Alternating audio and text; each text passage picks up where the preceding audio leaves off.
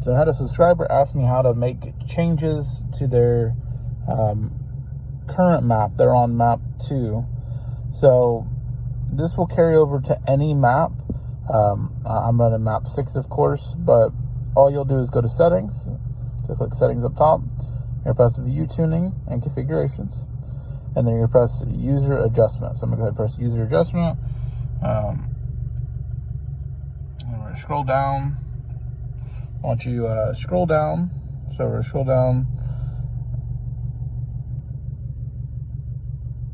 And right here is where you'll make that adjustment. So you scroll down, you're going to see fuel open loop.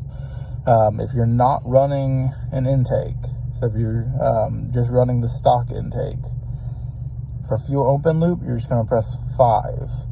That's all you'll put in there is 5.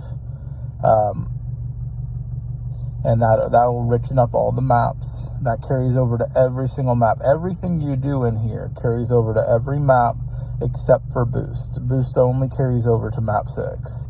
So if you can put 100 in there, it's not going to matter because it's not going to carry over to any other maps. And then if you're running the intake, you want to do fuel open loop 30. Now, if you're running, don't go any higher. Now, going a little higher will make the AFR lower, but you will also throw a fuel rail code.